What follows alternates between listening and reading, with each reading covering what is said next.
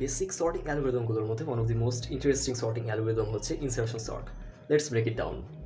Insertion সর্টের approach কিছুটা card সর্টিংয়ের মতো।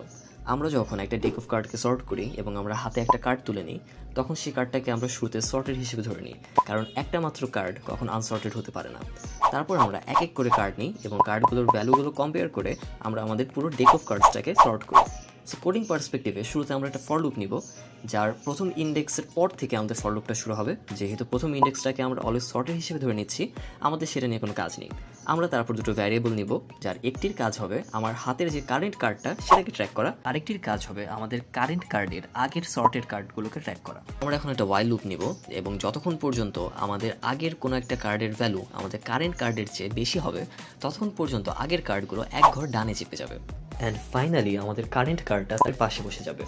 And that's how insertion sort is performed.